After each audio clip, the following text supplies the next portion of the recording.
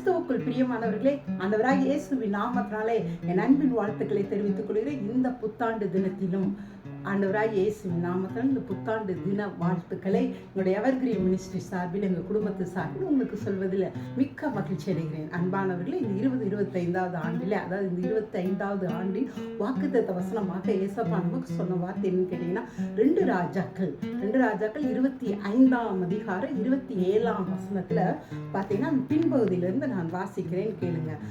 யாருன்னு கேட்டீங்கன்னா, யோயாக்கீனை சிறைச்சாலையிலிருந்து புறப்பட பண்ணி அவன் தலையை உயர்த்தி. ஏசப்பா சொல்ற வார்த்தை என்னன்னா, இந்த 25வது ஆண்டு எப்படி இருக்குமா, நம்முடைய தலையை உயர்த்துகிற ஆண்டாங்க. இதுவரைக்கும் நம்ம வெட்கப்பட்டு நம்முடைய தாழ்ந்த நிலைமையில் இருக்கலாம், அடிமைப்பட்ட நிலைமையில் இருக்கலாம். ஆனா ஆண்டவர் சொல்றாரு, இந்த 25வது ஆண்டு நமக்கு எப்படி இருக்குமா, நம்முடைய தலையை உயர்த்த போகிறாராங்க. இதுவரைக்கும் ஒருவேளை இந்த 24வது ஆண்டு வரைக்கும் நீங்க எந்தெந்த இடத்துல தோல்வி அடைஞ்சிருக்கீங்க, எந்தெந்த இடத்துல வெட்கப்பட்டிருக்கீங்க, ஒரு தடவை யோசிச்சு பாருங்களேன். இந்த வருஷம் அதுக்கெல்லாம் நீங்க சொல்லுங்க, இந்த வருகிற வருஷம் என் தலையை கர்த்தர் உயர்த்த போறார். நான் வெட்கப்பட்ட இடத்துல நான் உயர்த்தப்பட போறேன், நான் தாழ்த்தப்பட்ட இடத்துல நான் உயர்த்தப்பட போறேன். கர்த்தர் சிங்காசனத்தை உயர்த்த போகிறார்னு சொல்லுங்களேன். ஏன்னு கேட்டா, இது ஒரு ராஜாவை குறித்த வசனம் தாங்க. அந்த ராஜாவை குறித்த ராஜாவுக்கு சொல்லப்பட்ட அந்த வார்த்தையை ஏசப்பா இன்றைக்கு நம்ம கிட்ட ஷேர் பண்றாருங்க.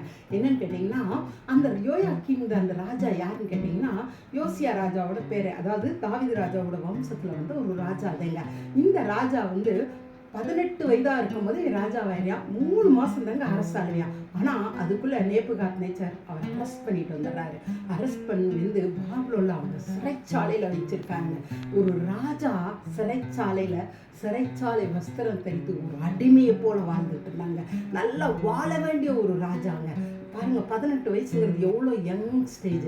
அந்த ஸ்டேஜில் வந்தாவே 37 வருஷமா சிறைச்சாலையில் இருந்தாங்க. எவ்வளோ வேதனை அந்த ராஜாவுக்கு இருந்திருக்கும். அவங்க அம்மாவுக்கு எவ்வளோ வேதனை இருந்திருக்கும். அது யோசித்து பாருங்களேன். அப்படி இருக்கும்போது இப்பேற்பட்ட அந்த ஒரு நொறுக்கப்பட்டு அப்படி வேதனையோடு சிறையில் அடிமையாக இருக்கிற அந்த ராஜாவை பார்த்து ஏசப்பா அந்த ராஜாவுக்கு ஒரு வாக்குத்தத்தத்தை கொடுத்து அவனை தூக்குறாருங்க. என்னன்னு கேட்டா, அவன் தலையை உயர்த்தி. இன்னைக்கு ஒருவேளை உங்களோட வாழ்க்கை பெரிய கஷ்டத்துல போயிட்டு இருக்கலாம், சோர்வுல போயிருக்கலாம், அடிமைத்தனத்துல இருக்கலாம், ஐயோ என் பிஸ்னஸே போச்சேன்னு கூட இருக்கலாம்.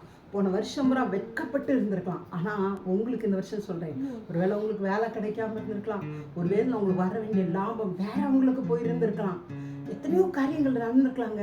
ஆனா ஆண்டவர் சொல்றாரு, 25வது ஆண்டு எல்லாவற்றையும் தள்ளிவிட்டு உங்க தலையை உயர்த்த போறாருங்க. இதை கேட்கிற உங்களுக்கு சொல்றீங்க, உங்க தலையை உயர்த்த போறாரு. அந்த ராஜாவை எப்படி திரும்ப ஆண்டவர் உயர்த்தினாரு நீங்க பார்த்தீங்கன்னா ஆச்சரியமா இருக்குங்க. அவனை சிறைச்சாலையிலிருந்து புறப்பட பண்ணாங்க. அதான் மெரோதாக்னு ஒரு ராஜா வருவான். அது இவன் மேல இறக்கப்பட்டு அவனோட சிறைச்சாலையிலிருந்து புறப்பட பண்றாங்க. ஆனா என்னன்னா, நம்ம இது போல ஒரு பிரச்சனையில் சிக்கி கொண்டு இருந்திருக்கலாம், அடிமைத்தனம் மாதிரி, அல்லது விடுதலை இல்லாம ஏதோ ஒரு காரியத்துல மாட்டிருக்கலாம். இந்த வருஷம் ஆரம்பத்துல உங்களை அதுல இருந்து புறப்பட பண்ண போறாருங்க. நீங்க வெளியே வரப்போறீங்க. இந்த வசனத்தை விசுவாசிங்க. நீங்க வெளியே வரப்போறீங்க. எந்த கடன் பிரச்சனையில சிக்கி இருக்கிறீங்களா, அல்லது குடும்ப பிரச்சனையில சிக்கி இருக்கீங்களா, அந்த பிரச்சனையிலிருந்து கர்த்தர் உங்களை வெளியே எடுக்க போறாருங்க. நீங்க அதுல இருந்து புறப்பட போறீங்க. அடுத்து என்ன தெரியுமா அந்த ராஜாவுக்கு செய்யறாரு பாத்தீங்கன்னா, அடுத்து அவனை மற்ற ராஜாக்கள்லாம் இருப்பாங்க பார்த்தீங்களா, பாபிலோன் ராஜால, அந்த ராஜாக்களோட சிங்காசனங்களுக்கு மேலாக உயர்த்தி வைத்தாங்க. அந்த ராஜாக்களுக்கு ஈக்குவலா கூட கிடையாதுங்க, அவங்களுக்கு மேலாக. ஒருவேளை யாரு முன்னாடி நீங்க தாழ்த்தப்பட்டு இருந்தீங்களோ அவங்களுக்கு மேலாக உங்களுக்கு ஒரு பதவி வரப்போகுதுங்க. அவங்களுக்கு மேலான ஒரு அதிகாரத்தை கர்த்தர் கொடுக்க போறார். அவங்களுக்கு மேலான ஒரு வாழ்க்கையை உங்களுக்கு கொடுக்க போறார். யாரு முன்னாடி நீங்க தாழ்த்தப்பட்டு இருந்தீங்களோ. அது மட்டும் இல்லைங்க, 3வது அந்த ராஜாவுக்கு ஏசப்பா என்ன தெரியுமா செய்தாரு பார்த்தீங்கன்னா தெரியும், அவனோட சிறைச்சாலை வஸ்திரத்தை மாட்டினார். அடிமைகளுக்கு சிறைச்சாலையில் புது ட்ரெஸ் அங்கே கொடுத்துருப்பாங்க. யோசித்து பாருங்க, எப்படி இருந்திருக்கும். அழுக்கு ட்ரெஸ்ஸு துவைச்சிருக்கவும் மாட்டாங்க. அது வாழ்க்கை எப்படி இருந்த அந்த ராஜா வஸ்திரம்லாம் தூக்கி விருகப்பட்டு அவன் அடிமையின் வஸ்திரத்தை அவன் தரித்திருந்து வேதனையோடு வாழ்ந்து கொண்டிருந்த அந்த ராஜாவுக்கு இன்னைக்கு ஒரு மகிமையின் வஸ்திரம் கொடுக்கப்பட்டுச்சுங்க. அது போலதாங்க இந்த 25வது ஆண்டு 2025 இந்த வசனத்தை நீங்க நோட் பண்ணி இதை நீங்க விசுவாச அறிக்கை செய்யும்போது உங்களுக்கு ஒரு மகிமையின் வஸ்திரம் கொடுக்கப்படுங்க. அது என்ன மகிமையின் வஸ்திரம்னா என்னன்னு கேட்டீங்கன்னா, அது ஒரு க்ளோரி. உங்களை பார்த்தோன்னே எல்லாம் சொல்லுவாங்க, வா உங்க வாழ்க்கை இவ்வளவு சிறப்பா இருக்கே அப்படிம்பாங்க. பார்த்தீங்களா, அதுதாங்க உங்களுக்கு அப்பேற்பட்ட ஒரு சிறப்பான ஒரு வாழ்க்கை, சிறப்பான அந்தஸ்தை உங்களுக்கு இந்த வருஷம் ஆண்டவர் கொடுக்க போறாருங்க. ஒருவேளை அந்தஸ்து இல்லாம ரொம்ப தாழ்த்தப்பட்ட நிலைமையில இருக்கலாம் 24 வரைக்கும். ஆனா இந்த 25வது வருஷம் இந்த வசனத்தை நீங்க கேட்கும் போது உங்களுக்கு சொல்றேன், இது ஒரு ப்ராப்பர்சி வேணுங்க. உங்களோட அந்தஸ்து மாறப்போகுதுங்க. கீழ்த்தரமான வாழ்க்கையில இருக்கிறோம்னு நினைக்கிறீங்களா? பாவத்துல உழண்டு கொண்டு இருக்கிறேன்னு நினைக்கிறீங்களா? ஐயோ எங்க குடும்பமே கீழே இருக்குதுன்னு நீங்க நினைக்கிறீங்களா? உங்க அந்தஸ்து ஆண்டவர் மாத்த போறாருங்க. நீங்க ஹை லெவலுக்கு வர போறீங்க. இந்த 25வது வருஷம் பாருங்களேன், ஒரு மகா மேன்மையான ஒரு அந்தஸ்தை நீங்க அனுபவிக்க போறீங்க. அது மட்டும் இல்லைங்க, அந்த ராஜாவுக்கு இன்னொரு இதையும் ஆண்டவர் கொடுக்குறாரு. என்னன்னு தெரியுங்களா?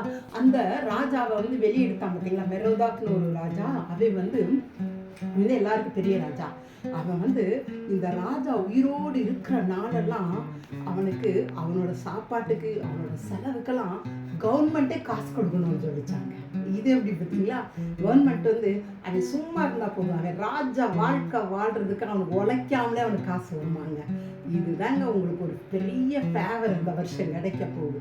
நீங்க இது வரைக்கும் உழைச்சதை விட அதிகமான ஒரு நன்மை நீங்க உழைக்காததுக்கெல்லாம் உங்களுக்கு கிடைக்க போகுதுங்க. ஒரு மேன்மை கிடைக்க போகுதுங்க, ஒரு கிருபை கிடைக்க போகுதுங்க இந்த வருஷம். நீங்க நினைக்கிறீங்க இவ்வளவு உழைச்சதுக்கேற்ற பலன் வரலாமே. நான் சொல்றேன், நீங்க உழைச்சதுக்கு மட்டும் இல்லை, அதை வச்சுக்கோங்க. அதுக்கு மேல நீங்க உழைக்காததுக்கு கூட உங்களுக்கு மேன்மையான அற்புதத்தை இந்த வருஷம் உங்களுக்கு தரப்போறாருங்க. இப்படி பாருங்களேன், எவ்வளவு ஒரு இன்கம் அவருக்கு கிடைக்குது. இது போல நீங்க நினைக்காத காரியங்கள் எல்லாம் உங்களுக்கு இந்த வருஷம் இன்கம் வரப்போகுதுங்க. ஆனா நீங்க என்ன தெரியுமா செய்யணும்? அந்த வசனத்தை நம்பணுங்க, இந்த வார்த்தைகளை நம்பணுங்க. அனுதினம் உங்க வாழ்க்கையில சொல்லுங்க. இந்த வசனத்தை உங்க வீடுகளில் ஒட்ட வச்சுக்கோங்க. கர்த்தர் இதுல பாத்தீங்கன்னா தெரியும், 27 பின்பகுதியிலிருந்து 30 வசனம் வரைக்கும் பூரா பிளஸ்ஸிங். அந்த ராஜா கிடக்கிற ஆசீர்வாதம் இல்லைங்க. இந்த ஆசீர்வாதம் தாங்க உங்களுக்கு இந்த வருஷம் கொடுக்க போறாங்க. உங்களுக்கு மட்டும் எனக்குங்க. நம்ம இந்த வருஷம் இதை விசுவாசிக்கும் போது நிச்சயமா நம்ம என்ஜாய் பண்ணுவோங்க. போன வருஷம் கர்த்தர் கொடுத்த வார்த்தையை நல்லா அணுவா ரசிச்சு நாங்கள் என்ஜாய் பண்ணோங்க. அதுபோல இந்த வருஷம் நான் அனுபவிப்போன்னு எனக்கு விசுவாசிக்கிறீங்க. அதே போல நீங்களும் இந்த வசனத்தை பிடிச்சுக்கங்க. நீங்களும் உங்க குடும்பம் இந்த வசனத்தின்படி ஆசீர்வதிக்கப்படுறத பாருங்களேன். கர்த்தர் எவ்வளவு ஒரு ஆசீர்வாதத்தை இந்த வருஷம் கொடுக்க போறாரு பாருங்க. உங்க தலையை உயர்த்த போறார், உங்களோட ஸ்தானத்தை மாற்ற போறார், உயர்த்தி வைக்க போறார். அது மட்டும் இல்ல, உங்களுக்கு ஒரு பெரிய ஒரு அந்தஸ்தை கொடுக்க போறார். உங்களுக்கு பெரிய நீங்க யோசிக்காத அளவுக்கு பெரிய வருமானங்களே உங்களுக்கு கட்டளையிட போறார். அதுதாங்க அந்த வருஷத்துல கொடுக்க போற இந்த ஷார்ட்டான வார்த்தை. இந்த ஆசீர்வாதங்களோட உங்க வாழ்க்கைக்கு இந்த வருஷம் வர்றதை பாருங்க. இதை நீங்க என்ஜாய் பண்ணுவீங்க. உங்களோட துக்க நாட்கள் எல்லாம் மறைந்து போகுங்க. இந்த 24வது வருஷம் நீங்க எவ்வளவோ துக்கப்பட்டீங்க, எல்லா துக்கமும் மாறப்போகுது. உங்க தலையை தேவன் உயர்த்துவதை நீங்க பாருங்க. இந்த வசனங்களுக்கு நம்ம அர்ப்பணிச்சு நம்ம ஜெபிப்போமாங்க. ஏசப்பா, நல்ல வேலைக்கு ஸ்தோத்திரம், கொடுத்த இந்த நல்ல வாக்குத்தத்தத்துக்கு ஸ்தோத்திரம். ஆண்டவரே, இந்த 2025 இந்த ஆண்டுல ஆண்டவரே இதை பார்க்குற எங்க எல்லாருக்கும், ஆண்டவரை கேட்குற எல்லாருக்கும் ஆண்டவரே நீர் கொடுக்குற அந்த வாக்குத்தத்தத்துக்கு ஸ்தோத்திரம். எங்களோட தலையை நீ உயர்த்த போகிறீரே, நன்றி. எங்களோட ஸ்தானத்தை நீங்க உயர்த்த போறீங்கப்பா. தாழ்மையிலிருந்து எங்களை தூக்கி எடுத்து சிங்காசனங்களுக்கு மேலாக எங்களை உயர்த்தி வைக்க போறீங்களே, உங்களுக்கு நன்றி செலுத்துகிறேன் ஏசப்பா. எனக்கு கொடுத்த அந்த வாக்குத்தத்தத்துக்காக எங்களோட அந்தஸ்தை மாற்ற போறீங்கப்பா. என்னோட அந்தஸ்து கீழ்த்தரமா இருந்தாலும் ஒருவேளை எங்களை உயர்ந்த இடத்துல நீங்க வைக்க போறீங்கப்பா. நல்ல வேலை வாய்ப்புகளை கொடுத்து ஆண்டவரை எங்களை மேலான இடத்துல நீங்க வைக்க போறீங்க. நன்றியப்பா. நாங்கள் நினைக்காத இடங்கள் எங்களுக்கு அநேக வருமானங்களை கட்டளையிட போறீங்கப்பா. உங்களோட தரித்திரங்களை மாற செய்ய போறீங்கப்பா. நன்றி ஏசப்பா. அந்த வார்த்தைகளின்படி இதை கேட்கிற பார்க்கிற ஒவ்வொருத்தருடைய வாழ்க்கையை நீர் ஆசீர்வதிக்கப்படுறதுக்காக நன்றி செலுத்துகிறேன் சுவாமி. இதை ஒவ்வொரு ஆண்டவரை கேட்கும் போது இந்த பிளஸிங் அவங்க வாழ்க்கையில வரட்டு சுவாமி. அவங்களுடைய வெட்கத்திற்கு பதிலாக இரட்டத்தினான பலனை இந்த வருஷம் அவர்களை அனுபவிக்கட்டும் ஆண்டவரே.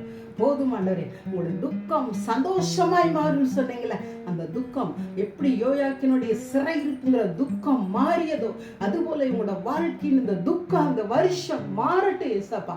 நீர் அப்படி செய்ததுக்காக உமக்கு நன்றி செலுத்துகிறேன் ஏசப்பா. நீர் ஜெபத்தை கேட்டக்கா நன்றி. இயேசுவின் நாமத்தினால் பிதாவே, ஆமென். அன்பானவர்களே, இந்த வசனம் உங்களுக்கு நிச்சயமாக பிரயோஜனமாக இருக்கும். இந்த வாக்குத்தத்த வசனத்தை மறக்காதீங்க. இந்த வருஷம் முழுவதும் உங்கள் வீடுகளில் எழுதி வச்சு, உங்கள் நோட்டில் எழுதி வச்சு, உங்கள் டைரியில் எழுதி வச்சு இதை அறிக்கை செய்யுங்க. இது உங்கள் வாழ்க்கையில் கரெக்டாக நிறைவேறுவதை பாருங்கள். நிச்சயம் உங்களுக்கு சாட்சியாக வசனம் உங்களை நிறுத்துங்க. தேங்க்யூங்க. காட் பிளஸ் யூங்க.